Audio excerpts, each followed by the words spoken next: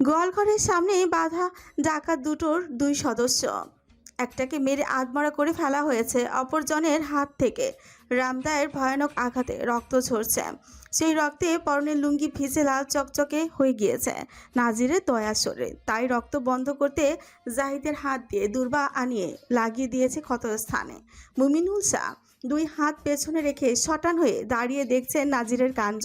তাদের পেট থেকে সর্দারের নাম বের করার চেষ্টা চালাচ্ছে সে।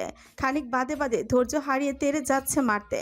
শাহরিয়ার বারবার তাকে আটকাচ্ছে। এক পর্যায়ে মুমিনুল শাহ বলেই উঠলেন, আহা, এবার ছাড় তো। নাজির কাউরে দিয়া চেয়ারম্যানের অফিসে পাঠাইয়া দে, ওরা বুঝা নিবনে বাকিটা। ওরা কি বুঝবো? 5টা মাস ধরে ডাকাতি হইতেছে, কিন্তু এখনো পর্যন্ত একটা ডাকাত ধরতে পারছে? আমি ধরছি, তাই পরের বার চেয়ারম্যান আমার বানানো উচিত। হজা চেয়ারম্যানরে সামনে গিয়া কথাটা ক, বেডায় হাসা ভাইবা মুইত্যা দিব। থাক তাহলে, দরকার নাই। এখন কন, সদর দরজা খোলা আসছিল কেন? যদি আমার একটা গরু চুরি হইতো তাহলে খবর আসলো আপনাকে। আমরা কি করছি? দরজা খুলে রাখছেন। সামিল করছে সব। একেবারে বাপের লাহান ধান্দাবাজ হইছে। নাজির, সামিউল কঠোর স্বরে ডেকে উঠল। না শোনার ভান ধরে আশেপাশে তাকালো নাজির, যেন সামিউল নামের কাউকে সে চিনিই না। গ্রামের অনেক মানুষ ডাকাত দেখতে সাবাড়িতে ভিড় জমিয়েছে। এতদিনকার মনের ক্ষোভ ঝাড়ছে গালি আর থুথুর মাধ্যমে। সব রাগ ভুলে দেলোয়ার এসেও হাজির হয়েছেন সেখানে। কয় মাস আগে এদের হামলার শিকার তার মেয়ে জামাইও হয়েছিল। এসেই গালি দিতে দিতে জুতা খুলে 2 ঘা লাগিয়েছেন গালে। নাজিরের উদ্দেশ্যে কঠোর স্বরে বলেন, একটারও ছাড়বি না। এনে বইয়াই গরু হারামজাদারা অনেক অত্যাচার করছে, আমার গহনাগুলা লুটপাট করছে। দেন, লগে করে বাড়িতে লয়ে যান। দে ডাকাতি সব ঘুরাইয়া দিমু। না থাক, পর কোন খারাপি করে দোষ দেবেন নাজিরের। এখনো বিয়ের সাথে করি নাই। সারা পাড়া দৌড়ে লঞ্চে ওঠার অভিমুখে ছোকরাকে ধরে বেঁধেছে নাজির। বাকি যেটা ভেতরে আটকা পড়েছিল সেটা আবার ধরা খেয়েছে সামিউল আর পারভেজের হাতে। বাকি দায়িত্ব চাচাতো ভাইদের হাতে দিয়ে সে বের হলো বাড়ি থেকে। মাথাটা ধরে গেছে একদম। কদিন ধরে মাস্টার বাড়িতে ঘটকের আনাগোনা বেড়েছে। নিত্য নতুন পাত্রের বহর বসেছে বসার ঘরে। বেশ কয়েকজনকে বাপ চাচাদের মনে ধরলেও বিয়ের কথা যেন কিছুতেই এগোচ্ছে না। গ্রাম পর্যন্ত পাত্রপক্ষ এলেই কারো কান পড়ায় পথ থেকেই ফিরে যাচ্ছে, আবার কেউ বা বাড়ি পর্যন্ত এসে মেয়ে দেখে গেলেও ভেঙে যাচ্ছে বিয়ে। কাশেম আলী এতে বিরক্ত। দিন রাত গালি দিয়ে যাচ্ছেন অসভ্যগুলোকে। তবে তার সেই রাগ বিরক্তি গিয়ে শান্ত হলো দুপুরের খানিকটা পর। ডাক পিয়নের মারফতে চিঠি এসেছে 2টি, একটি তার নামে, অপরটি স্ত্রীর নামে। প্রেরকের স্থানে লেখা সম্বন্ধী জসিমের নাম। স্ত্রী চিঠি বিছানায় রেখে নিজের চিঠি পড়ে সন্তুষ্ট হলে বললেন মনে হলো। তা নিয়ে সোজা হাঁটা ধরলেন পিতার ঘরে। সেই রাতের ঘটনার পর থেকে পিতার সাথে মুখোমুখি কথা হয় না ভদ্রলোকের। নিজের প্রতি লজ্জায় ওই প্রথম তার মুখের উপর কথা বলেছে সে। এরপরও কিভাবে ক্ষমা চাওয়ার জন্য ঘরের সামনে গিয়েও ফিরে এসেছে বারবার। তবে সাহস করে আজ গেল, দরজার সামনে দাঁড়িয়ে অনুমতি চাইল। আব্বা, আইমু। আয়। গম্ভীর কণ্ঠের অনুমতি পেতে ভেতরে প্রবেশ করলেন কাশেম আলী। আকবর মিয়া আরাম কাদারে অর্ধ শোয়া। কাশেম আলী এসে সোজা বসলেন পিতার পায়ের ধারে। চলল দুজনের মধ্যে তুমুল নীরবতা। আকবর মিয়া সায় দিলেন সেই নীরবতায়, নড়লেন না, তাকে দেখলেনও না। হঠাৎ করে কাশেমের অস্বস্তি বাড়ল। দরদর করে ঘামতে লাগলেন। অপরাধ বোধ কাজ করছে বোধহয়। সেই অপরাধ বোধ থেকে হয়তো মাথা রাখলেন পিতার হাঁটুতে। আকবর মিয়া এবার চোখ খুলে মাথা নামিয়ে ছেলের দিকে তাকালেন। স্মিত হেসে স্বাভাবিক কণ্ঠে জিজ্ঞেস করলেন, কি হয়েছে? মাথা ঠিক আছিল না আব্বা, রাগের মাথায় মুখের উপর কথা কইয়া দিছি। পরের ঘটনা তো আপনি সবাই জানেন। মাপ চাইতে পারি নাই, আমারে মাপ কইরা দেন আব্বা, আর কখনো এমন হবে না। বহুদিন পর হইয়া গেছে, পুরানো কথা ওইলা যা। না, আগে কন মাপ করছেন। তুই তোর জায়গায় ঠিক আছিলি বাপ, আর আমি আমার জায়গায়। তখন আমার মাথায় আছিল মাইয়াটার সম্মান রক্ষা করা, তাই ঠান্ডা মাথায় কথা কইতে চাইছিলাম। কিন্তু পরে আমি বুঝলাম মাইয়া গো ভাগ্য সামগ্রী মনে কইরা মানুষের লগে কিসের ঠান্ডা মাথায় কথা। হ্যাঁ, তাই আমি রাগ করি নাই। সন্তানের ওপর আম্মা কখনো রাগ করতে পারে? তাই মাফ করার কোনো কিছু নাই। আব্বা, লোকটার কণ্ঠ ভার। আকবর মিয়ার আঁখি ঘোলাটে হয়, অশ্রু জমেছে বোধ হয়। ভরা তার সংসার, সবাই সম্মান করে চলে। পুত্র পর্যন্ত কবে কি রাগের মাথায় বলে ফেলেছে, তার জন্য অনুতপ্ত হয়ে পিতার কোলে মাথা রেখে এখন মাপ চাইছে। আর কি চাই বুড়োর? তার তো সুখ আর সুখ। চামড়া কোচকানো হাতটা ছেলের মাথায় রাখলেন, বললেন, বুঝলি, কি জানি কই।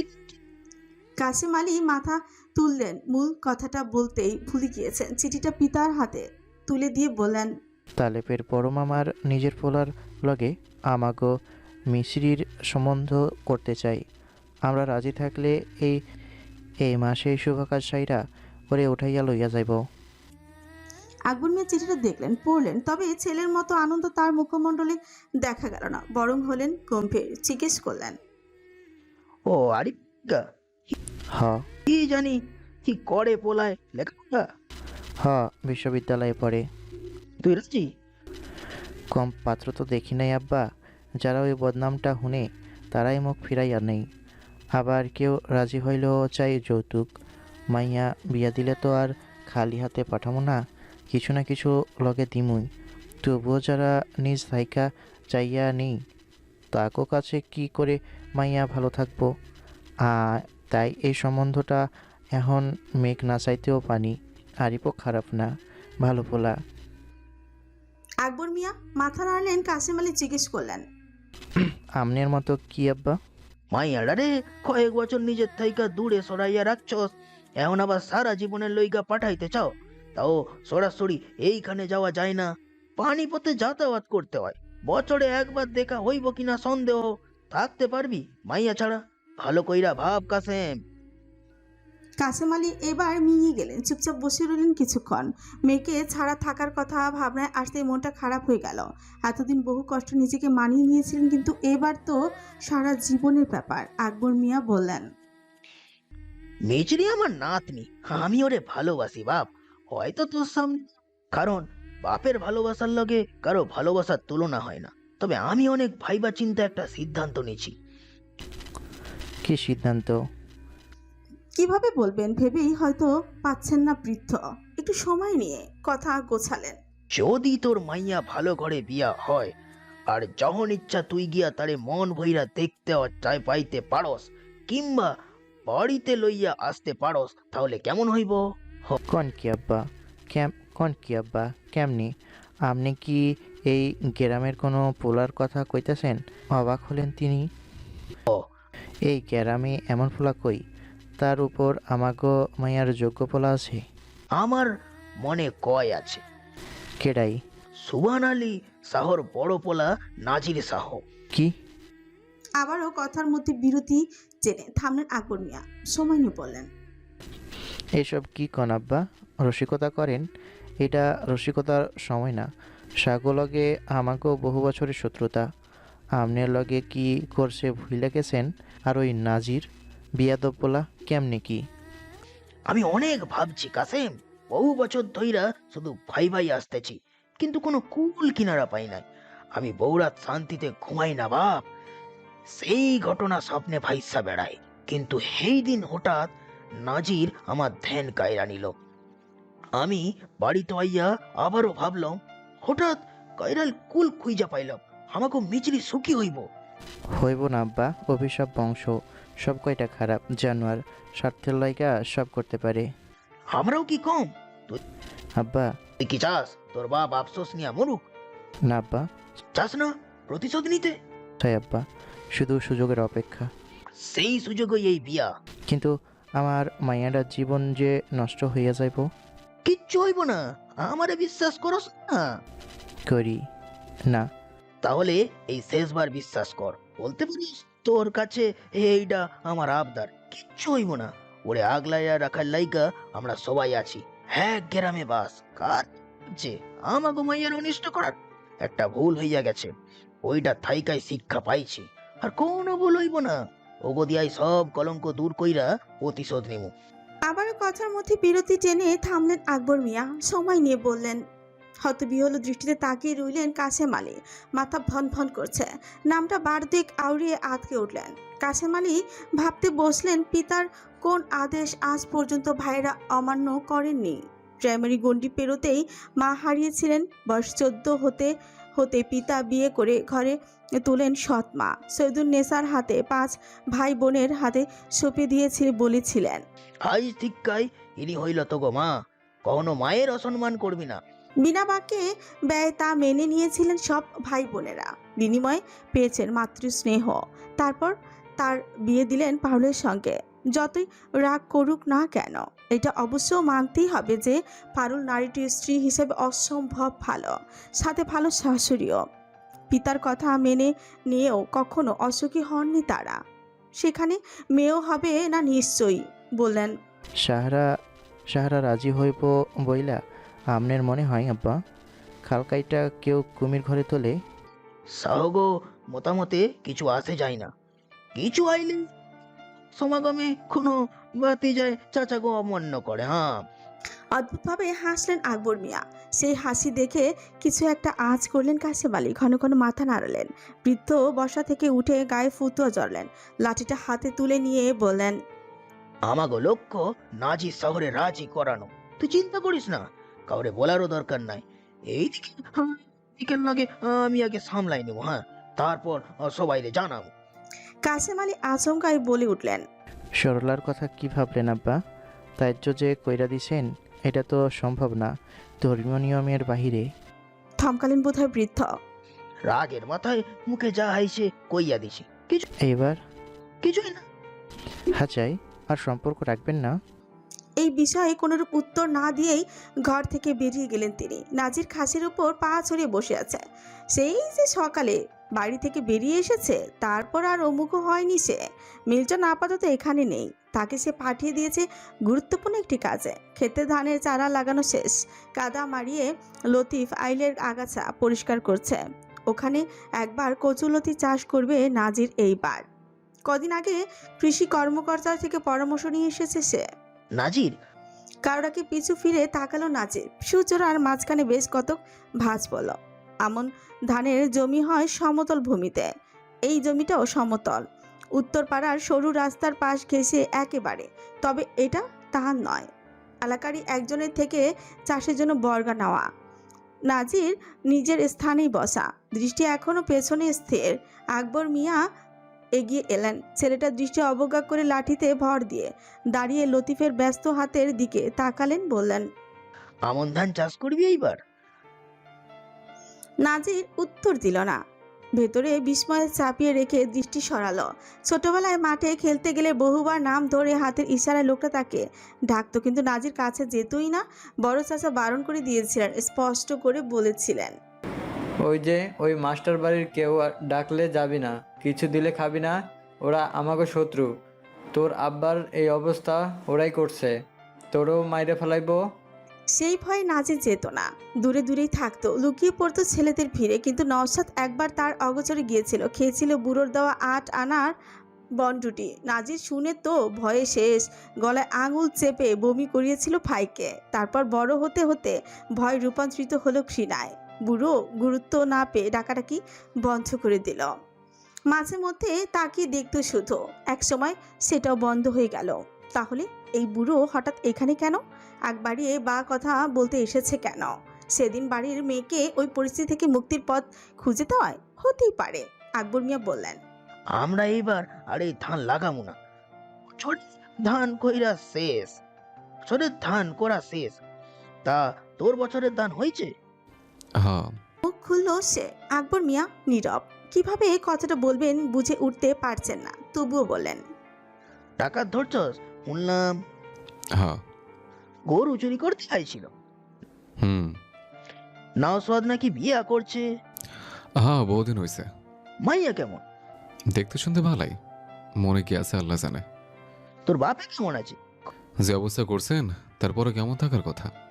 ফের নিশ্চুপ আকবর মিয়া। নাজির শব্দ করে শ্বাস ফেলে লতিফকে থমকালো।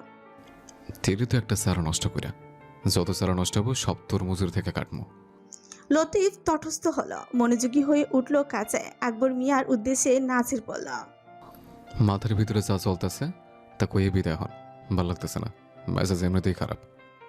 আকবর মিয়া দীর্ঘশ্বাস ফেলেন। খুবই গুরুত্বপূর্ণ কথা ওইটায়। শত্রুগুলো কি কোনো গুরুত্বপূর্ণ কথা থাকতে পারে না? আই তো। আকবর মিয়া ধীর পায়ে আগে আগে হাঁটতে লাগলেন। উপায়ন্ত না পেয়ে বাধ্য হয়ে লতিফকে তাগাদা দিয়ে নাজিরও পিছু পিছু হাঁটছে। কিছুটা সামনে এগিয়ে গিয়েও নির্জনে দাঁড়ালেন তিনি। কথা না চেনে বলে উঠলেন মূল কথা। বিয়া শাদির ব্যাপারে কি ভাবছস? আপনি এরকম কে? ছোট ভাই বিয়া করছে, তুই করবি না?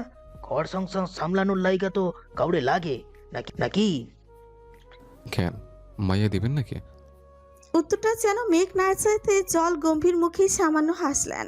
যদি দেই? আপনার লগে আমার মস্করের সম্পর্ক না, কাম আছে অনেক, আছে এটা না আমি। কি কাম করস? দাদার ব্যবসায় জড়াইছস? না, কেন? ভাগে পাই নাই। কস কি? কি পাস নাই? কণ্ঠে বিস্ময়। শাহবাড়ির ভেতরকার বিষয়ে বাইরের মানুষেরা বরাবরই অজ্ঞ। নাজির উত্তর দিল না, চুলগুলো পেছনে নিতে নিতেই বলল, গেলাম।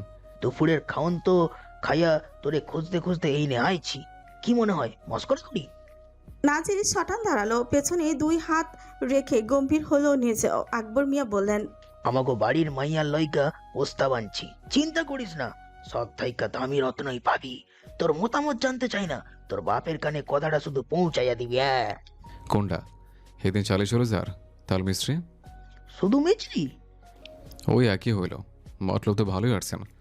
বুইরা হওয়ার পরও শতানি কমে নাই, মরণের ভয় নাই। এত ক্ষতি করার পরে এখন নাতনি দিয়া সাগু ধ্বংস করতে চান? এত সহজ? নাজির অত বলতা না যে খালকেটটা ঘরে কুমির পুষব।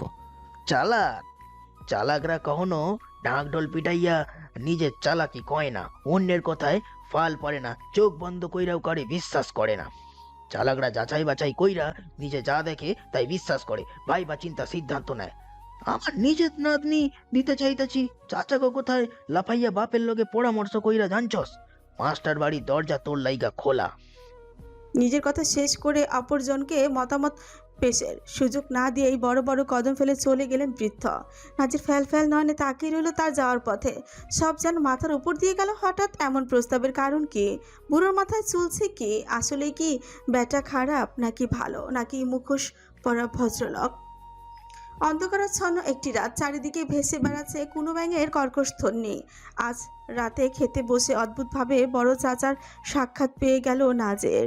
না হলে রোজ তাকে আর পারভেজকে রাতের খাবারটা একাই খেয়ে উঠতে হয়। চাচি ফরিদা বরাবরের মতো স্বামী ফিরে তার সঙ্গেই খেতে বসেন। হাত ধুয়ে এসে সোজা মাদুরে বসে বলেন আমিরুল শাহ। পারভেজ সবে ভাত মাখতে শুরু করেছে। নাজিরের খাওয়া প্রায় শেষের দিকে। তিনি জিজ্ঞেস করলেন, রান্না কেমন হয়েছে? ভালাই। কেন, আপনি রাঁধছেন? সর্বদা তেরামি করা এই ছেলের স্বভাব হয়ে দাঁড়িয়েছে। আমিরুল শাহ আজ আর তাতে বিরক্ত হলেন না। স্ত্রী ভাত বেড়ে দিতে শিম ভর্তা মাখতে মাখতে লাগলেন। খেতে খেতে খোশ মেজাজে স্ত্রীর প্রশংসাও করলেন। মজাই হয়েছে, তবে ঝাল একটু বেশি। বেশি ঝাল আমার আবার সহ্য হয় না। লোকটা ভালো আচরণে স্ত্রী সহ উপস্থিত সকলে অবাকও হলো। নাজির আচকে এক পলকে দেখে দৃষ্টি সরিয়ে নিল। আমিরুল শাহ আঙুল চেটে পাতে তুলে নিলেন এবার মাছের মাথা। বললেন, আকবর মিয়ার লগে দেখা কইরা কি কথা কইছস রে নাজির? আপনি জানলেন কেমনে? শুনলাম আর কি। পিছে লোক লাগাইছেন নাকি? কয়দিন ধরে কই যাই, কি করি, সব খবর কেমনে পান? হাস্যজল মুখখানা মলিন হলো তার। নিজের ছেলে থেকে শুরু করে ছোট ভাই এবং তার ঘরের ছেলেরা পর্যন্ত লোকটাকে ভয় করে, সমীহ করে চলে। শুধু এই নাজিরটাই ভয় পায় না, উল্টো তাকেই মাঝে মধ্যে ভয় পাইয়ে দেয়। সাথে মুখের উপরই বলে দেওয়া করা কথা তো আছে। পাংশুটি মুখে বলেন, লোক লাগানোর মতো অত সময় আমার নাই। কামডা কথাটা শুনছি কালা মিয়ার কাছে।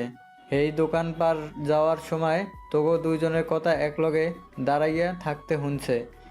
কথাটা আমার কানে আইতেই আমি অবাক হইলাম। নাজির তো শত্রু গো, লগে কথা কনের মানুষ না। ও, কি হয়েছে বুইরা? একটা প্রস্তাব দিচ্ছে। খাওয়া থামিয়ে সতর্ক দৃষ্টিতে তাকালেন আমিরুল শাহ। মুখমণ্ডলে বিস্ময়। নাজির বলল, জেগেবেন না? কি প্রস্তাব? কি প্রস্তাব? বিয়ার প্রস্তাব। কি, কার লগে?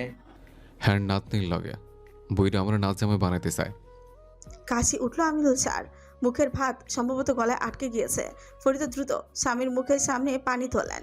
পানির গ্লাস হাতে নিয়ে সবটুকু পানি শেষ করে স্বস্তির নিঃশ্বাস ফেললেন তিনি। কাশি কিছুটা কমেছে এবার। থম মেরে বসে রইলেন বেশ কিছুক্ষণ। কথাটা কিছুতেই যেন বিশ্বাস হচ্ছে না তার।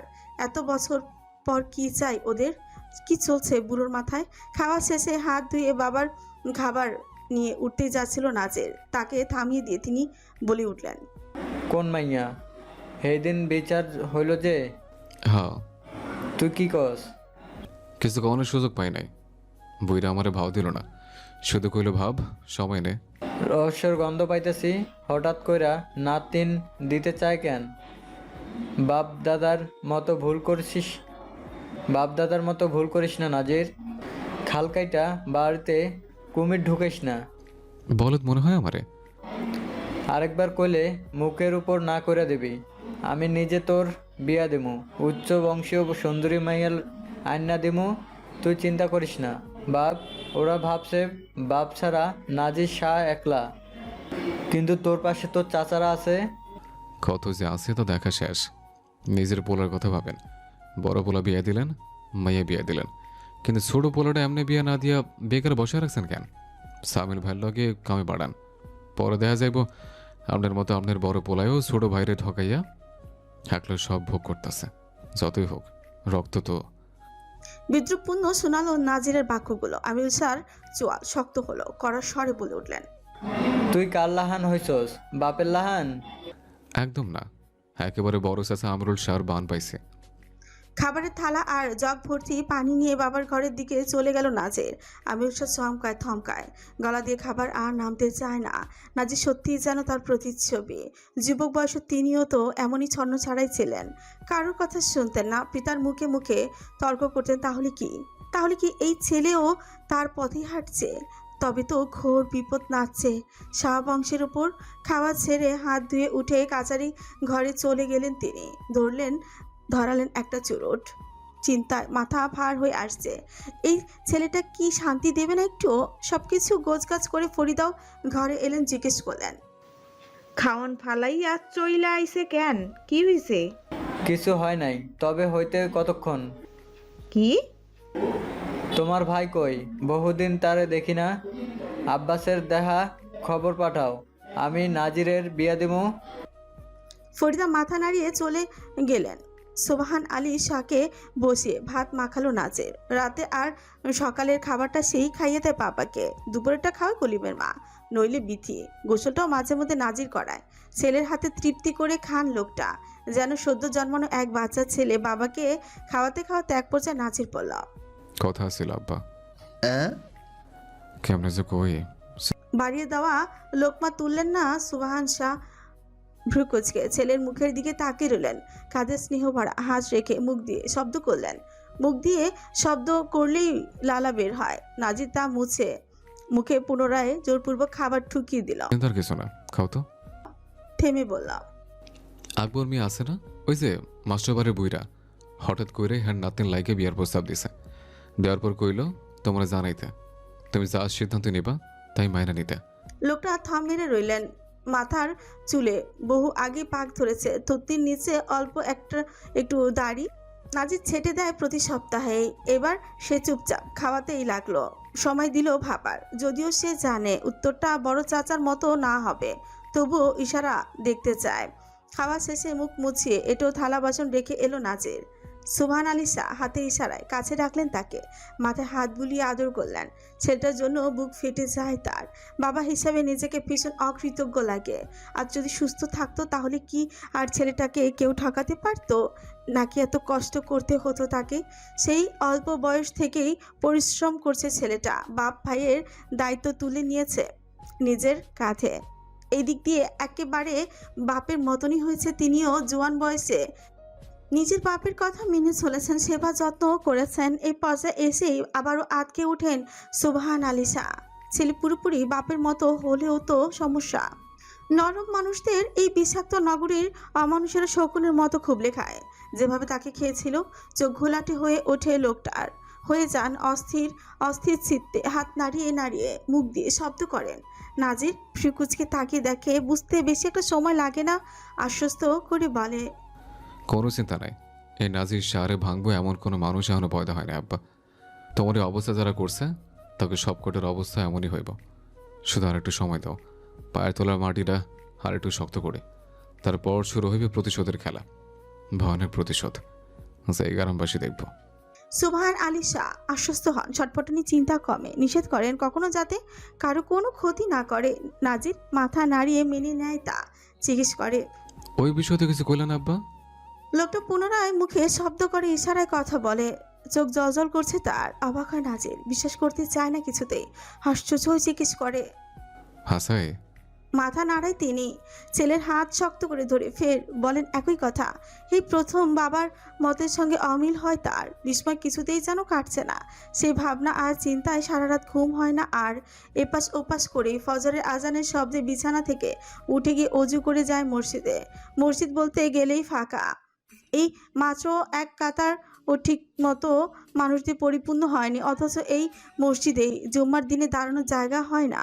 অনেকেই পাশের মাঠে পর্যন্ত গিয়ে বসতে হয়। সাধারণত বেশিরভাগ সময়ই নিজ বাড়িতেই নামাজ পড়ে নাজের। তবে আজ সারা রাত মনের ভেতর চলমান ছটফটানিতে ঘুমাতে না পেরে চলে এসেছে মসজিদে। নামাজ শেষে দোয়া পাঠ করছেন ইমাম সাহেব। সেই ফাঁকে চারিদিকে নজর বোলালো নাজের। ম্যানেজিং কমিটির একটা সদস্য আসেনি। শালাদের মুখে ধর্মের বাণী, অথচ কাজের বেলায় পেরিয়ে আসে আসল রোগ। নামাজের কোনো খবর নেই, কিন্তু কমিটিতে বসে আছে ঠিকই। সব কটাকে জনসম্মুখে লজ্জা দেওয়া উচিত। বাইরে পুরোপুরি আলো ফোটেনি এখনো। মসজিদ থেকে বেরিয়ে এলো নাজের। বুক ভরে নিঃশ্বাস নিল। ভোরের বাতাস সবচেয়ে স্নিগ্ধ, শান্তিময়। মন খারাপ, রোগা, হতাশা ভালো করে দেওয়ার ওষুধ। বাবাকে বহু বছর ধরে বাইরে আনা হয় না, খোলা আকাশের নিচে বসানো হয় না। জীবনের ব্যস্ততা সে কথা ভুলেই বসেছে ছেলেটা। তবে মনে মনে প্রতিজ্ঞা করলো, কাল মিল্টনের সাহায্যে ঠিকই বাইরে বের করে প্রকৃতিতে বসিয়ে রাখবি কিছুক্ষণ। নাজির, ওই নাজির। ডাকের উৎস খুঁজতে পেছনে ফিরে তাকালো নাজের। চোখে মুখে উপচে পড়া হাসি নিয়ে আকবর মিয়াকে দাঁড়িয়ে থাকতে দেখতে পেল। মাথায় টাক পড়েছে বুড়োর, বুক পর্যন্ত নেমে আসা লম্বা দাড়িগুলো ধবধবে সাদা, পরে সাদা লুঙ্গি আর পাঞ্জাবি। দেখে যেন মনে হচ্ছে কোনো এক দরবেশ বাবা। নাজির দৃষ্টি সরিয়ে আরেক পা বাড়িয়ে সামনে হাঁটা ধরল। এই বুড়োর মাথায় গন্ডগোল আছে, কে জানে আবার কী সব বলে দেয়। আকবর মিয়া হাতের মোটা লাঠিতে ভর করে ছেলেটার পিছু নিলেন। মনপুতো জবাব না পেয়ে আজ কিছুতেই ছাড়বেন না।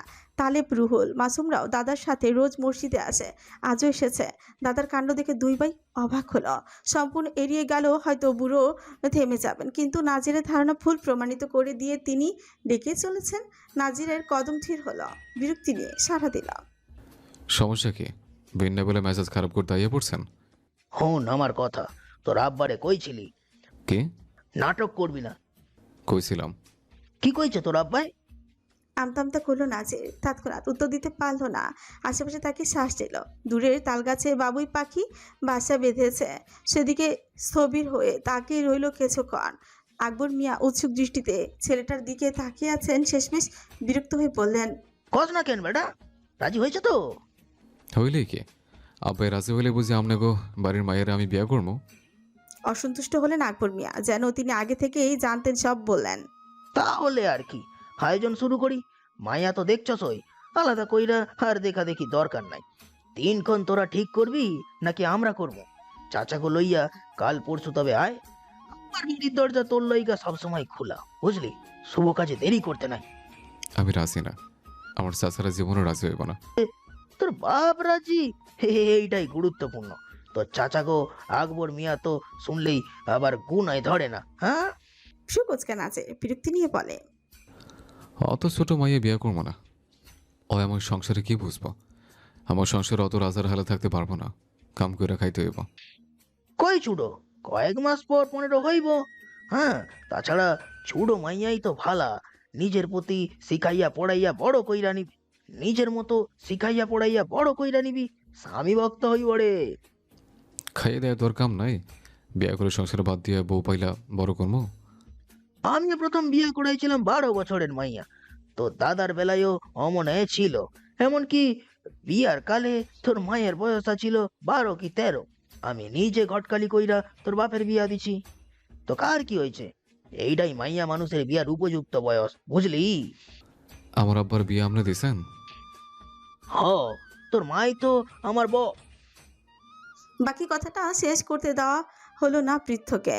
এই কথাটা নাজিরের অজানা ছিল। বড় চাচি বলেছেন মায়ের পালনতে এরাই নাকি সাহায্য করেছিল। তার মানে কথাটা শতভাগ সত্য। বাবার মতো তার জীবনের সমস্ত শান্তিও কেড়ে নিতে চাইছে বুড়ো। বাবার তো তবু নাজির আর নওশাদ আছে, কিন্তু নাজিরের কে আছে? কে তাকে বই নেবে মৃত্যু পর্যন্ত? নাজির দাঁতে দাঁত পেছল, হাঁটার গতি বাড়িয়ে দিয়ে বলল, ভালো করছেন কথাটা জানায়া। খারাপ বেডিরে পলাইতে আপনারাই তবে সাহায্য করছেন। এখন তো আমি শতভাগ নিশ্চিত এই বিয়া করবো না। আপনাকে বাড়ির মাইয়ারে তো একদমই না। শয়তানি তোর বুইরা, নামাজ কালাম পরে অথচ শরীর ভর্তি বিষ আর শয়তানি। শেষ কথাটা বিড়বিড় করে বলল আকবর মিয়া। থেমে দাঁড়ালেন, এগুলেন না, আর বেয়াদবটা রেগে গেছে। পেছন থেকে চিৎকার করে বললেন, তুই কি নিশ্চিত যে তোর মাই পালাইছে? অনেকটা পথ এগিয়ে গিয়েছিল নাজির। বুড়োর কণ্ঠ দৃঢ়। শ্রবণনালী পর্যন্ত পৌঁছতে আপনা আপনি থমকে দাঁড়িয়ে পিছু ফিরল সে। বুড়োর অধরে কুটিল হাসি। কুটিল নাকি রহস্যময়? রাগের মাথায় নাজিরের কাছে তো কুটিলই মনে হলো। আকবর মিয়া বললেন, তুই কিচ্ছু জানোস না নাজির, কিচ্ছু না। তোর চোখে কালা পর্দা বান্দা, আলো দেখবি কেমনে? আলো পাইতে হইলে শত্রুর কাছে ফিরা আইতে হইব। সুযোগ কখনো পায়ে মারাইতে নাই। আমি জানি তুই চালাক পোলা, বুঝলি? তুই ঠিক আইবি, আমি অপেক্ষায় থাকবো। বৃদ্ধ কথা শেষ করে পিছু ঘুরে হাঁটা ধরলেন বাড়ির দিকে। রেখে গেলেন যুবক ছেলেটির কৌতূহল দৃষ্টি। চুল তো আর হাওয়ায় পাকেনি। এমন হাঁটুর বয়সী ছোকরাকে কথার জালে কিভাবে আটকাতে হয় তা তিনি ভালো করেই জানেন। একটু সামনে এগোতেই নাতিদের দাঁড়িয়ে থাকতে দেখে মুচকি হাসলেন। হাঁটতে হাঁটতে বললেন, আয় আয়, বাড়িতে যাই, ক্ষুধা লাগছে। হঠাৎ নাজিরের লগে কি কথা কইলেন দাদাজান? ওই কি কোনো ঝামেলা করছে? হয় আর কি করবো, হয় নিজের জীবনেই কম ঝামেলা আছে। দাদা যে সত্যটা বলতে চান না বুঝে গেল সে, তাই আর প্রশ্ন করল না। বিপরীতে চুপ রইল। ইশারায় বাকি ভাইদেরও চুপ থাকার নির্দেশ দিল। তখন বিকেল। বাড়ির পুরুষেরা আপাতত বাড়িতে নেই। চৌকিদার জিন্নতালি কদিন ধরে অসুস্থ থাকায় ছেলে এসে তাকে নিয়ে গিয়েছে বাড়ি। মিস্ত্রি মেঝেতে বসে আছে, মা পেছনে বসে ঘরের তৈরি নারকেল তেল লাগিয়ে দিচ্ছে চুলে। কিছুটা দূরে বসে চাচি দাদি চাচিরা গল্প করছে প্রতিবেশী নারীদের সঙ্গে। কদিন আগে তার নামে রটা বদনাম নিয়ে সামনাসামনি কথা বলা আপাতত থেমেছে, যদিও পাছে লোকে কত কথাই বলে। মিষ্টি আনারস খাচ্ছে। তালেব সকালে গিয়ে কোথা থেকে যেন নিয়ে এসেছে। কিছুক্ষণ আগে ভাবি পলি কেটে দিয়ে গেল তাকে। খেতে খেতে মিনমিনে অভিযোগের সুরে মায়ের উদ্দেশ্যে বলল, মা, এখন বিয়ে না করলে হয় না? মেয়ের চুল রুক্ষ, বহুদিন হয়তো তেল পড়েনি, তাই আজ তেল দেওয়ার জন্য চেপে ধরেছেন পারুল। অথচ এরই মধ্যে পেয়ে গেলেন তিনটে বড় বড় উকুন। এখন সেগুলোই মারছেন। অন্য সময় হলে হয়তো এই কথার বিপরীতে ধমক দিতেন তিনি, তবে ওই ঘটনার পর থেকে উঁচু গলায় কথাও বলেন না। কোমল স্বরে বলেন, না হয় না। আব্বাকে নিষেধ করো না মা, আমার ভালো লাগে না এত মানুষের সামনে গিয়ে বসে থাকতে। আর বইতে হইব না, ঘটকের আইতে তোর দাদাই নিষেধ কইরা দিছে। তাহলে বিয়ে হবে না? সি, কি কয় এইগুলা? হইব না কেন? অবশ্যই হইব। নিভে গেল সে। ঝট করে উদয়মান হাসি মিলিয়ে গেল আড়ালে। পারুল বললেন, বিয়া প্রত্যেকেরই করতে হয়। এই যে আমার বাপে মাস্টার আসিল, তাও আমার বিয়া দিছে অনেক ছোট থাকতে। মাত্র 14 বছর বয়সে আমি তোর বাপের সংসারে আইছি। তো কি হইছে? বছরে একবারের বেশি বাপের বাড়ি যাইতে পারি না। তালেব যখন হইছে তখন বয়স 15তে পড়ছে সবে। তার লাইগা কি মইরা গেছি? মুখ কালো করে বসে রইল মির্জা। মিষ্টি আনারসও এখনো তেতো লাগছে তার কাছে। হাঁক ছেড়ে ডাকলো, ভাবি, এটা নিয়ে যাও তো, ভাল লাগে না আর। বহুদিন পর স্বামীর ভিটায় ভাইয়ের আগমনে ফরিদার ব্যস্ততা সকাল থেকে একটু বেড়েছে। আতিথ্য যেন বিন্দুমাত্রই খামতি না থাকে তার জন্য কাক ডাকা ভোরে শাহরিয়ারকে পাঠিয়েছিলেন হাটে। ছেলেটা ফিরতে বাজারে ব্যাগ নিয়ে বারান্দায় বসলেন তিনি। ভালো করে দেখে জিজ্ঞেস করলেন, খালি মাছ আর আনাজ কেন? গোস কই? কলপার থেকে হাত ধুয়ে এসে সিঁড়িতে দাঁড়িয়ে জুতা খুলছিল শাহরিয়ার। প্রশ্ন শুনে উত্তর দিল, হাটে গরু কাটা হয় সপ্তাহে 2 দিন, বৃহস্পতিবার আর শুক্রবারে। আজ মঙ্গলবারে, আমি গোস পামু কই? চিন্তায় পড়লেন ফরিদা। ললাটে ফুটে উঠল বিরক্তি ছাপ। এতদিন পর ভাই এলো বাড়িতে, অথচ মাংস খাবে না। কোমল স্বরে বললেন, তাইলে খুব থাইক্কা একটা মোরগা ধইরান। মাত্র হাত থাইকা ফিরলাম চাষি। নাজমুল জাহিদরে কন গিয়া। বলে সে চলে গেল ঘরে। ফরিদা এখনো ওখানেই বসে কিছুক্ষণ বিড়বিড় করলেন। তারপর কোমরে আঁচল গুজে নিজেই খোপের দিকে হাঁটা ধরলেন। কাছারি ঘর থেকে ভেসে আসছে পুরুষদের হাসাহাসির ঝংকার। মুখোমুখি বসে আছেন আমিরুল শাহ আর শ্যালক সিরাজুল্লাহ। যা খেতে খেতে জম্পেশ আলোচনা চলছে দুজনের মধ্যে। তবে কিছুটা বেজার হলেন আমিরুল শাহ। বললেন, তোমারে খবর পাঠাইছি আরো সপ্তাহখানেক আগে, আর তুমি কি না আইসো আইজ, তাও আবার আওয়ার আগে জানাও নাই পর্যন্ত। রাগ কইরেন না তো দুলা ভাই, বাড়িতে অনেক কাম। জন্ম দিছি 2টা হাক্কাইম্মা, বাপ ছাড়া এক পাও লড়তে পারে না, তাই আইতে আইতে দেরি হয়ে গেছে। খবর যে পাঠামু তারও জো নাই। এদিকে তো আর আসোই না, খালি কামের বাহানা যত। আমনে বুঝবেন না, এইবারের ঝড়ে আমার বুড়ো ক্ষেতের ধান নষ্ট হয়ে গেছে। মাত্র 1 মণ উড়াইতে পারছি। বহুত লস হয়ে গেছে দুলা ভাই। আমাগো হইছে, শেষের ধানগুলো পানিতে ডুবে গেছে। ওইদিকে নাজিরের কপাল আবার ভালো, আগেই কাইটটা ফেলাইছে, ভালোই ফলন হয়েছে।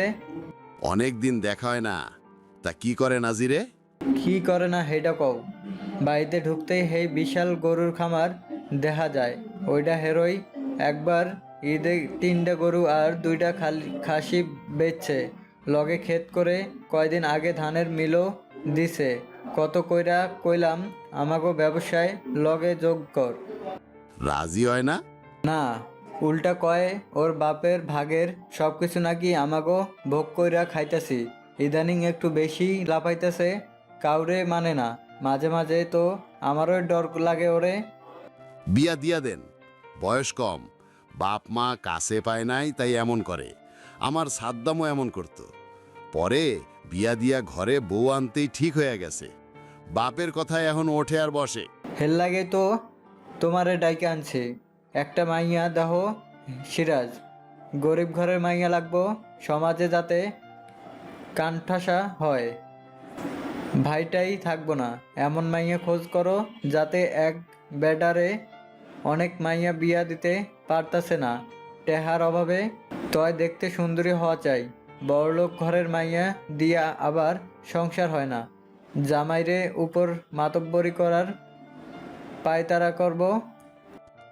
আমনের তো চাহিদা বেশি দুলা ভাই। আমার মাইয়া আছে, দিব নাকি? ফুফু আর ভাইজি মিল্লা একবারিত না হয় সংসার করব। লজ্জা নাই তোমার? পুরনো কথা ভুলে গেছো? অতীত মনে রাখতে নাই। যেই দিকে লাভ সেই দিকেই সিরাজুল্লাহ। রাজি থাকলে কন। না, যা কইছি তা হনো। তাড়াতাড়ি সন্ধান লাগাও, যত তাড়াতাড়ি সম্ভব বিয়ে দিয়া দিতেও চাই। হঠাৎ ভাই পুতের লাগিয়া এত দরদ উতলায়া পড়ে কেন? মতলব কি আমনের? রহস্যের গন্ধ পাইতেছি। কোনো মতলব নাই, বাড়তি শত্রু ঢোকার পায়তারা করতেছে, তাই পথ বন্ধ করতে চাইতেছি। শত্রু? পরে কমু, তুমি ঘটক লাগাও, মাইয়া খোঁজো। হাতে এই সপ্তাহটাই সময় আছে। চিন্তা করেন না, এই সপ্তাহ মনে হয় না লাগবো। চেনা পরিচিত মাইয়া আছে, যেমন চাইছেন তেমনই। আজ ফ্রি কথা কমু, না হয় পরে আপনারা খবর পাঠামু। আমিল শাহ সন্তুষ্ট হয়ে চায়ের কাপে চুমুক দিলেন। বাইরে ঝিরিঝিরি বৃষ্টি পড়ছে। রোদের দেখা মিলছে না বেশ কয়েকদিন ধরে। আরে সিরাজ মামুজে, খবর কি? সিরাজুল্লাহ সবে চায়ে চুমুক দিয়েছিলেন। রসিকতার সুরে কথাটা শুনে ঘাড় ঘুরিয়ে তাকাতেই দেখা পেলেন পরিচিত মুখের। খানিকটা হাসলেন। নাজির সাজে, খবর ভালাই? তোরটা ক। বাম হাতে ধরা লুঙ্গির এক কোণা ছেড়ে দিয়ে তার পাশে ধপাস করে বসে পড়ল নাজের। অপর হাতে বাঁশের মতো দেখতে আখের খণ্ড চিবিয়ে রস খেতে খেতে বলল, মন্দ না। কাজ কাম কেমন চলে? শুনলাম ব্যবসা করস। কি এর আবার ব্যবসা? ট্যাঁ আছে নাকি? দাদার এত জমি জমা থাকতে বাপে ভাগে পাইছে 2 বিঘা, তার মধ্যে আমরা 2 ভাই পাবো মাত্র 1 বিঘা কইরা। আর ব্যবসা তো দখল করছে চাচারা, তাহলে রহমতে খাইয়ে বইরা পাইছে আছে কোনো মতে। মেজাজটা আবারও খারাপ হয়ে গেল আমিরুল স্যার ধমকালেন। মুখ সামলা নাজির, সারাক্ষণ শুধু চাচাকো দোহাই জিব্বায় ডগায় লগায় থাকে। তোর নিজের কিনা জমির কথা কস, না কেন? ওইগুলো কমু কেন? এগুলো আমার পরিশ্রমের ফল, আমার অর্জন। কথা হইব বাপ দাদার লইয়া। আহা, কাইজা করেন না তো দুলাভাই। পোলাপাইন মানুষ কত কথাই তো কয়। তাছাড়া কথা কিন্তু ভুল না। আমনে গো ভাগে এত জায়গা জমিন, আর সোভান ভাইয়ের ভাগে মাত্র ওইটুকুন। যে কারোরই চোখে পড়ার কথা। অসুখ্যা ভাইয়ের পোলাগো ঠকানো কিন্তু আল্লাহ সহ্য করব না। সিরাজুল্লাহ বলে উঠলেন কথাটা। শ্যালকের কথা আমিরুল স্যার কিছু সময়ের জন্য স্তব্ধ হয়ে গেলেন। ফিউকুচকে বললেন, তুমিও এখন ওরে কান পড়া দিতেছ সিরাজ? তা তুমি কোন অলি আউলিয়া? অযথা আমার মুখ খুলো না। বাপের তো একটা ছানের বাড়ি ছাড়া কিছুই আসিল না। এই কয় বছরে এত উন্নতি কেমনে? সবই কষ্টের ফল দুলাভাই। বহুত পরিশ্রম করছি এই জীবনে। পরিশ্রম করলে সফলতা আপনা আপনি দৌড় গড়ায় আইয়া পড়ে। ঠিক কইছি না নাজির? ঠিক মানে? খাপে খাপ সকিনার বাপ। ফের দাঁতে দাঁত পিষলেন আমিরুল শাহ। তার বড় কন্যার নাম আয়েশা। নাজির ঠং করে ডাকে সখিনা আপা। তার মানে এটাও তার উদ্দেশ্যে খোঁচা মারা কথা। আর এই সিরাজটাও 1 নম্বরে ধুরন্ধর। ভালো সাজার অভিনয়ে নেমে পড়ে। এই জন্য স্ত্রী আর স্ত্রীর গোষ্ঠীকে পছন্দ করেন না তিনি। লোকে বলে এরা নাকি ঘেঁষা বংশ। তবু জোরপূর্বক হেসে প্রসঙ্গ বদলানোর উদ্দেশ্যেই বললেন, বিয়ের প্রস্তুতি শুরু কর নাজির। এইটা আষাঢ় মাস না, এই মাসেই তোর বিয়া দিয়া ঘরে নতুন বোতল ছাড়ো। ভাইয়ের বিয়া হয়েছে অথচ বড় ভাইয়ের হয় নাই, তাই পাশে লোকে অনেক কথাই বয়। মাইয়া কেমন থাকে কই? সিরাজের লাইগাই ডাকছি। ওর পরিচিত মাইয়া এই সপ্তাহে দেখতে যামু। তার আর দরকার নাই। কেন? আমার লাগে আমি মাইয়া ঠিক করছে। আপনি গিয়ে শুধু পাকা কথা কয়ে দিন তারিখ ঠিক করে আসেন। আর না পারলে কইেন সুরু চাচারে কমও না হয়। ভারী অবাক হলেন লোকটা। বয়সের ছাপ পড়া ফর্সা মুখখানায় অবিশ্বাসের ছাপ স্পষ্ট। পর্ণে ফুলতুয় হাত মুছে বললেন, মাইয়া ঠিক করছস মানে? কোন মাইয়া ঠিক করছস তুই? কবে করলি? বাড়ি কই? বইরা টানা সপ্তাহ 2-1 ধইরা পিছনে পইরা আছে। কি আর করবো? কয়বার না করা যায়। এরপরে ব্যাপারটা লইয়া অনেক ভাবলাম। আব্বার লগেও কথা কইলাম। বিয়া করলে আসলে আমারই লাভ। তাই সিদ্ধান্ত নিছি কাশিমার মাইয়ারেই বউ করে ঘরে তুলবো। হ্যাঁ, যত দ্রুত সম্ভব কথাবার্তা পাকা কইরা দিন তারে ঠিক করতে চায়। আমরা তো আজেরা মানুষ, কাইল পরশু জানতাইলে। আতকে উঠলেন আমিরুল শাহ। নিজের কানকে বিশ্বাস হচ্ছে না কিছুতেই। ঠিক শুনলেন তো? সিরাজুল্লাহর দিকে তাকালেন একবার। ইশারায় কিছু বলতেই সিরাজুল্লাহ হাত রাখলেন নাজিরের কাঁধে। নরম স্বরে বললেন, আকবর মিয়া মাস্টার বাড়ির বুড়াটা না? হ্যাঁ। হায় আল্লাহ, মাথা খারাপ হয়ে গেছে নাকি তোর? ওই বেটা যেই চালাকের চালাক, তোর দাদার বন্ধু আছিল ওই বুড়ায়। লোকে কইতো একেবারে 1 মায়ের পেট থেকে জন্ম নেওয়া 2 ভাই যেন। তোর চাচির বিয়ার সময়ও আসিল, খুব সম্মান করতাম। কিন্তু কি করলো শেষমেশ? তোর দাদার পিঠে ছুরি মারলো। তোর বাপে নিজের বাপের পর মান্য করতো ওই বেড়ারে, অথচ তারেও ছাড়লো না। তোর বাপ যাই না ফেলায় হের জিভ কাটলো, পা ভাঙলো, প্রাণেও হয়তো মাইরা ফেলতো। কিন্তু তোর চাচারা ঠিক সময় পৌঁছায় যাওয়ার কারণে আর পারে নাই। আর হের সঙ্গ দিছিল হের পোলারা। বড় নাতিউত্ত তখন ডাঙর, হেগো কারণে তোগো আজ এই অবস্থা। তোর চাচা গড়েও কম ক্ষতি করে নাই। আমি আমার বন্ধু বান্ধব আর সম্বন্ধী লইয়া সারা রাত পাহারা দিছি এই সাবারি। আর তুই কিনা হেগোর বাড়ির মাইয়া ঘরে তুলতে যাস? ওরা যে কত ভয়ঙ্কর তা তুই জানোস না। ঘুমের ঘরে মাইরা দিলে কি করবি? চোটের ফাঁক দিয়ে দীর্ঘশ্বাস ফেলল নাজির। এই ঘটনার বর্ণনা সেই 10 বছর বয়স থেকে শুনে আসছে। এলাকায় এই নিয়ে অনেক রটনাও আছে। তখন দেশে সদ্য স্বাধীনতার আনন্দ চলছে। হানাদের হাত থেকে মুক্তি মিলেছে। আইন শৃঙ্খলা ততটা কঠোর নয়। নব্য স্বাধীন দেশে সব ঠিক করতেও তো একটু সময় লাগে নাকি? অথচ তারই মধ্যে পুনরায় দেশে দেখা দিল অশান্তি। স্বৈরাচার হয়ে উঠল মহান নেতা। সেই বহু কাহিনী। তাই কোন গ্রামে কে কাকে মেরেছে তা কে আসবে দেখতে? পুলিশ নাকি আকবর মিয়া আর তার বড় পুত্রকে আটকও করেছিল। সপ্তাহখানেক গারদে থাকার পর মুক্তি মিলেছিল তাদের। কেন মিলেছিল নাজির তা জানে না। এখনো অবশ্য এক একজনের এক এক মতামত। তবে নাজিরের ধারণা আইন শৃঙ্খলা দুর্বলতার কারণে হয়তো শাস্তির হাত থেকে বেঁচে গিয়েছিল তারা। গম্ভীর কণ্ঠে বলল, এক কথা হতে হতে মুখস্থ হয়ে গেছে। নতুন কিছু থাকলে কোয়েন। নাজির সারে মারা এত সহজ? ওঠার সিদ্ধান্ত আমি নেই না মামু। শত্রু মাইয়া শাহবাড়িতে আইব। শাহবাড়ির মাইয়া কিন্তু যাইব না। সে নিজে প্রস্তাব লই আইছে, আর আমি শুধু সুযোগের সদ্য ব্যবহার করতে চাইতেছি। খারাপ কি? বাপের দুর্বলতার নিজের মাইয়া মানুষ, তে আপত্তি করার কিছু নাই। আর আমিও কারো মতামত চাই না। আব্বা ঠিক থাকলে কি চাচাকে পাত্তা দিতাম? তাই আর কোনো কথা না কয়ে বিয়ার ব্যবস্থা করেন। বিয়ার খরচ কিন্তু বড় চাচা আমনের, অনেক টেহা পায় আমনের কাছে। কথা শেষ করে উঠে গেল নাজির। যেভাবে এসেছিল ঠিক সেভাবেই চলে গেল। আমিরুল স্যার মাথায় হাত, দুর্বল কণ্ঠে বললেন, এখন কি হইব সিরাজ?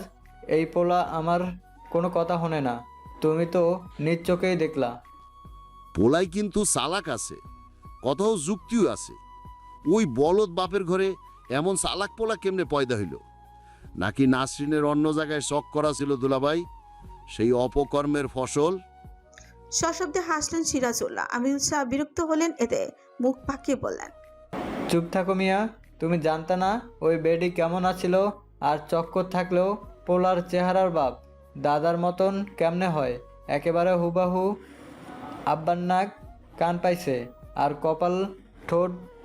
কপাল ঠোঁট সুবাহানের লাহান, উচ্চতায় মুমিনের লাহান। আমাগো বংশে সবচেয়ে লম্বা তো মুমিনি। চোখের কথা কর না কেন? একেবারে মায়ের মতন। ওই চোখ আমি জীবনেও ভুলবো না। প্রসঙ্গ আবারও বদলালেন আমিরুল শাহ। চিন্তায় পড়ে গেলেন তিনি। নাজিরকে বুঝিয়ে আর লাভ হবে না। যা সিদ্ধান্ত একবার সে তা নেয় তাই করেই ছাড়ে।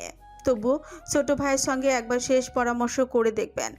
বাড়ি থেকে বেরিয়ে মাটির সরু রাস্তা পেরিয়ে মেইন সড়কে উঠতে আবারও আকবর মিয়ার সঙ্গে দেখা হয়ে গেল নাজিরের। রোজ নিয়ম করে 2 বার দেখা হয়। সেদিন না করার 2 সপ্তাহ পেরিয়েছে, তবুও হাত ধুয়ে লোকটা পড়ে আছে তার পেছনে। নাজির অবশ্য কম ভাবেনি, ভেবে শেষমেশ সিদ্ধান্ত নিয়েছে। আকবর মিয়া কিছু বলার উদ্দেশ্যে ছোট নাড়েন, কিন্তু নাজির তাকে বলার সুযোগ দিলই না।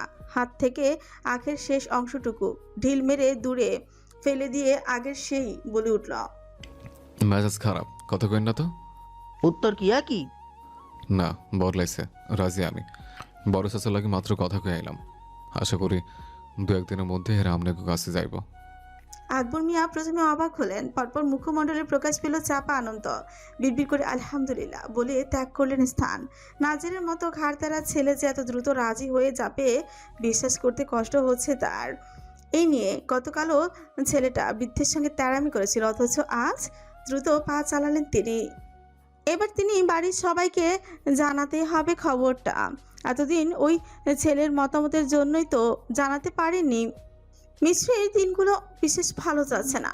গ্রামে আছে মাসখানিকের সময় বেশি ধরে। স্কুল ছেড়ে সমবয়সী বান্ধবীদের ছেড়ে এতদিন ভালো লাগে কোথাও, অথচ বাবা দাদা কিছুতেই তাকে যেতে দিচ্ছে না। মাঝখানে অবশ্য বিয়ে দেওয়ার ঝোঁক চেপেছিল তাদের মাথায়, তবে আল্লাহর অশেষ রহমতের মাথা থেকে আপাতত সেসব বেরিয়েছে, তাতেই শান্তি। দুপুরে খাওয়া শেষে নিজ স্ত্রী এবং বাড়ির পুরুষদের বসার ঘরে তলব করেছেন আকবর মিয়া।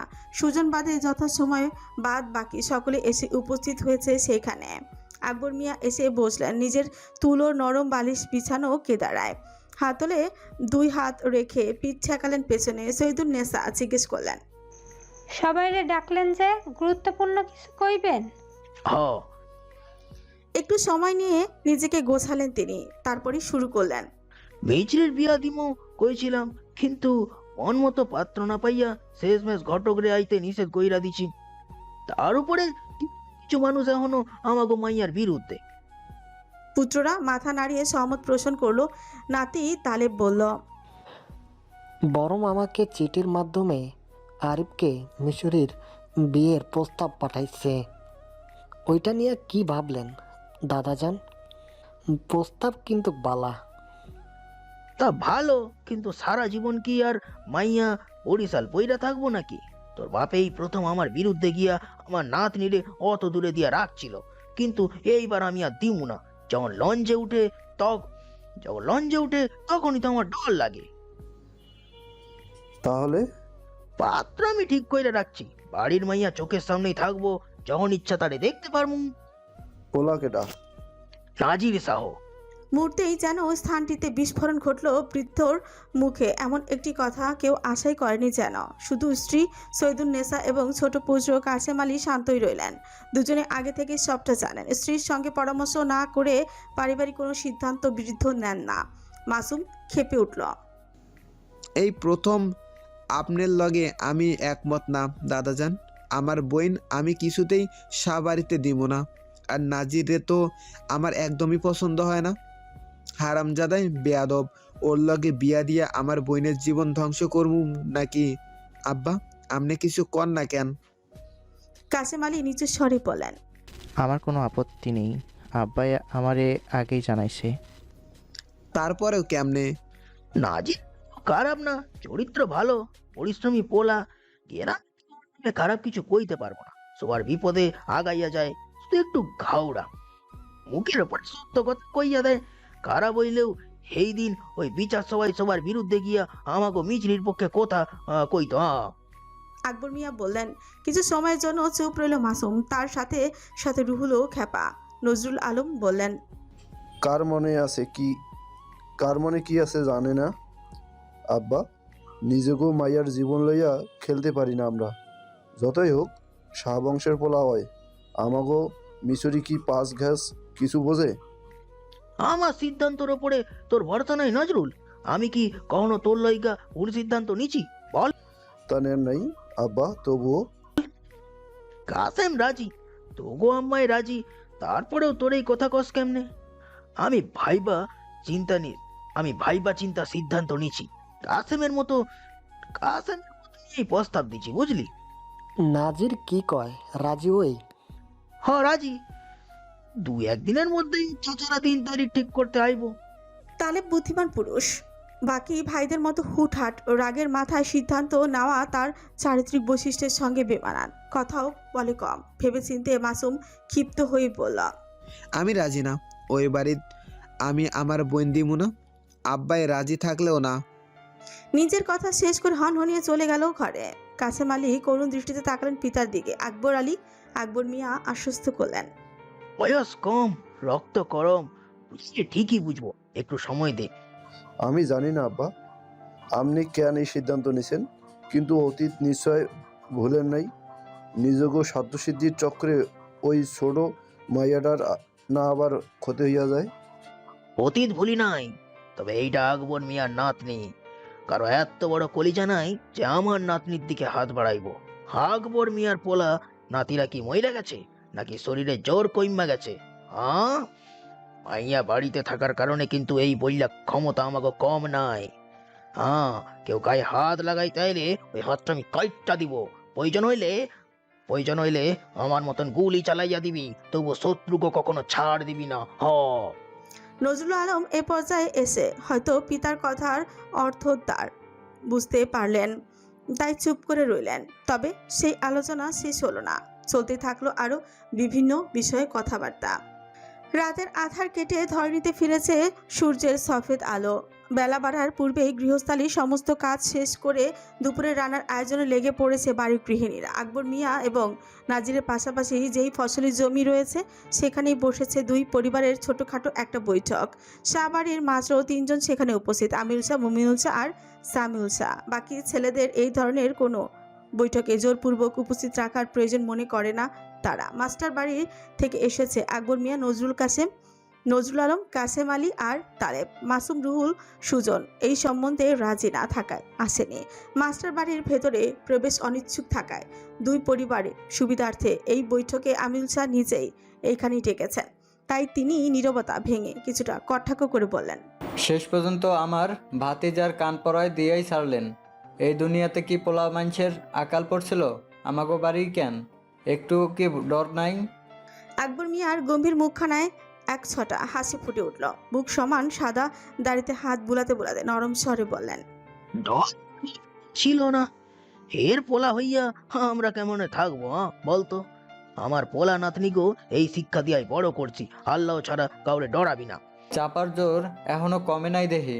তা আমার ওই অকেজো ভাইয়ের পোলার পিছে লাগছেন কেন? এত দরদ 21 বছর আগে কইয়া ছিল। সেই প্রশ্ন তো আমারও। এতকাল কইয়া ছিল দরদ, অযথা কথা বাড়াইস না। মনে রাখিস, ময়লা ঘাটালে নিজেরই হাত নষ্ট হয়, তাই আসল কোথায় আয়। আমরা কেউ আমনেগো লগে সম্পর্ক রাজি না। নাজিরের বাচ্চা থাইকা তোর রাজি না হওয়া এইটাই কেডা? তাছাড়া নাজির রাজি রাজি না হইলে তো আর তোকে পাঠাইতো না। ওই পোলাপাইন মানুষ, বয়স অল্প, আমনের মতো চতুর মানুষের কুমন্ত্রণায় হয়তো না বুঝাই হক হইয়া দিছে। পোলাপাইন মানুষ, বয়স তো অল্প, তাই অল্প বয়সী পোলারে দিয়া একটু খাটুনি করাস না কেমন? মায়া লগে না? হ্যাঁ, ইসাকুলের বই খাতা লইয়া দৌড়ানোর বয়সে খেতে হাল চইসা বেড়াইছে, তখন দরদ কইয়াছিল। এই গেরামের হইয়া কোনো কিছু দৃষ্টি আড়াল হয় নাই, তাই কথাবার্তা একটু বুঝা শুই না কইস, বুঝলি? আমির স্যার কণ্ঠস্বর রোধ হলো। বলার মতো আর কোনো যুক্তি সঙ্গত কথাই খুঁজে পেলেন না তিনি। মুমিনুল শাহ বড় ভাইকে নীরব হয়ে যেতে দেখে নিজেই বলে উঠলেন, আমরা এই বিয়ায় রাজি না। নাসিরের লগে দেখা হইলে না কইরা দিয়েন। তোরা করস না কেন? আমার কথা কি আর সব ওই হনে নাকি? তাহলে আমাকে কথা শুনবো ভাবলি কেমনে? পরে যদি গন্ডগোল বাঁধায়, চিনস না এই আমারে ঘাউড়া রে। চিন্তায় পড়লেন দুই ভাই। কথা ভুল নয়, একবার মুখ থেকে যা বের হয় নাজির তা করেই ছাড়ে। মাঝপথে বুড়োর মত বদলানোর, বাড়ি থেকে মেয়ে তুলে আনতো দুবার ভাববে না। এই ছেলের মতিগতিরও ঠিক নেই। পূর্ব এমন কাজ সে করেছে। 10ম শ্রেণীতে থাকতে শাহরিয়ারের একবার এক মেয়েকে ভীষণ পছন্দ হওয়ায় নাজিরের কাছে গিয়ে কান্নাকাটি করে বলেছিল মেয়েটাকে ছাড়া সে নাকি থাকতে পারবে না। তার কয়েকদিন পরে সেই মেয়েকে কোথা থেকে যেন নাজির ধরিয়ে আনতে। শাহরিয়ারের তখন মনের বদল ঘটেছে। মন বসেছে পাশের গ্রামের আরেক মেয়ের উপর। তার জন্য কি মারপিটটাই না ছেলেটাকে মেরেছিল সে। পুরুষ মানুষের মন বদল হবে কেন? ভালোবাসা কি এতটাই সস্তা? ভাগ্যিস স্যামুয়েল আর নাজমুল তখন বাড়িতে ছিল, নইলে ওই ছেলেকে সেদিনই সদর হাসপাতালে নিয়ে ভর্তি করাতেই হতো। শেষে বাধ্য হয়ে মেয়ের বাবার সাথে শাহবাড়ির দুই কর্তা আপোষে বসে অর্থের বিনিময়ে ঝামেলার মীমাংসা করেছিলেন। কাসেম আলী বলেছিলেন, বিয়ের 3 তারিখ তবে ঠিক করা হোক। তোরা ঠিক করবি নাকি আমরাই করবো? উত্তর দিলেন না দুজনে। তাই আকবর মিয়াই বললেন, কয়দিন ধইরা যে বৃষ্টি হইতাছে, এখন যদি বিয়ার আয়োজন করি তাহলে দেখা যাইব বিয়া পরনের আগে বৃষ্টি নামছে। তোগো জানা মতে ভালো কোনো দিন আছে রে নাজু? নজরুল আলম দুই দিকে মাথা নাড়লেন, অর্থাৎ তিনি জানেন না। তাই কাসেম আলী বললেন, কয়দিন পর শ্রাবণ মাস শুরু হইব। রেডিওতে শুনছি প্রথম সপ্তাহে বৃষ্টি বাদলের আশঙ্কা কম। তাহলে শুভ কাজে দেরি করবো না, পয়লা শ্রাবণে বিয়ার দিন তারিখ ঠিক করবো। চিন্তা করিস না, শহর বেটা আকবর মিয়া তার নাতির লগে সংসার করার লাইগা যা যা লাগে সব পাঠাইব। দুই ভাই আর কিছু বলো না। মাথা নাড়িয়ে কিছুক্ষণ পর ধীরে ধীরে উঠে চলে গেলেন বাড়ির দিকে। নাজিরের মাথা থেকে বিয়ের ভূত নামাতে গতরাতে আমিরুল শাহ ছোট ভাইয়ের ঘর অবধিও গিয়েছিলেন। সুবহান আলী শাহ তখন সবসময়কার মতন বিছানায় শোয়া। রাতের খাবার খাইয়ে নাজির গিয়েছে মাছ ধরতে। এটাই তার অবসর সময়ের শখ। বড় ভাইকে অসময় দেখে ভদ্রলোক ভারী আশ্চর্য হলেন। বহু বছর ধরে একে অপরের সঙ্গে দেখা সাক্ষাৎ হয় না বললেই চলে। কোনো কারণ বা প্রয়োজন ছাড়া তার খবরও কেউ নেয় না। সেখানে হঠাৎ অনাকাঙ্ক্ষিত মানুষ এলো ঘরে। বড়ই অবাক করা কাণ্ড। চোখে মুখে আতঙ্ক নিয়েই তিনি শুয়ে রইলেন। আমিরুল শাহ হেসে জিজ্ঞেস করলেন, কেমন আছোস সুবহান? শরীর ভালো? মুখ দিয়ে কী সব শব্দ করলেন লোকটা। আমিরুল শাহ সেসব বুঝলেন না। কিছুক্ষণ এক দৃষ্টিতে তাকিয়ে থেকে আপাতমস্তক পর্যবেক্ষণ করলেন ভাইকে। যৌবনকালে লোকটা বেটে ছিল। বয়স বাড়ার সাথে সাথে উচ্চতা যেন কমেছে আরও। মাথায় বিশাল এক টাক পড়েছে। যদিও আমিরুল শাহর মাথাও টাক রয়েছে, তবে ছোট ভাইয়ের মতো এতটা নয়। শুয়ে থাকতে থাকতেই পিছে গায়ে পচনও ধরেছে। চোখের নিচেও জমেছে নিদ্রাহীন রাত্রির সাক্ষী স্বরূপ গাঢ় কালচে দাগ। তা দেখে আচমকাই ভাইয়ের জন্য কষ্ট জাগলো আমিরুল শাহর মনে। যতই হোক একই মায়ের পেটে আপন ভাই তো। মনে মনে রবের কাছে অসুস্থ ভাইয়ের মৃত্যু কামনা করলেন। আর কতকাল চার দেয়ালের ভেতরে একটি বিছানায় পঙ্গুত্ব নিয়ে শুয়ে থাকবে, এভাবে কষ্টে তরপাবে সে। এর থেকে বড় মৃত্যু শ্রেয়। পৃথিবীতে তো তার মতো ক্ষমতাশালী চতুর সবল লোকেদের জন্যই, তাই না? সেখানে সুবহান আলী শাহের কোনো মূল্য আছে নাকি? নীরবতা ভেঙে দ্রুত কথা সেরে ফেলতে চাইলেন। এই ঘরে বেশিক্ষণ থাকা যাবে না, দম বন্ধ লাগছে। হালকা কেসে বললেন, তোর বুড়ো পোলায় একেবারে তোর বিপরীত স্বভাবের হয়েছে। পয়দা করছস তুই, অথচ হয়েছে একেবারে আমার মতন জাউরা। তুই তো জানোসই জাউরারা কেমন হয়। পোলারে একটু বোঝা। জীবনে বাপের কোনো দায়িত্বই তো পালন করতে পারলি না। এইবার কর। ওরে কাশেমের মাইয়ের বিয়া করার চিন্তা মাথা থাইকা ঝাড়াইয়া ফেলতে ক। মাস্টার বাড়ির লগে শাগো সম্পর্কে কি আর ঠিক হওয়ার মতো? আমি জানি নাজির তোর কথা শুনবো। একটু বুঝাইছ রে। তারপর দীর্ঘশ্বাস ফেলে আফসোস করে বললেন, জুয়ানকালের ভুল খুব খারাপ জিনিস, সারা জীবন ভোগায়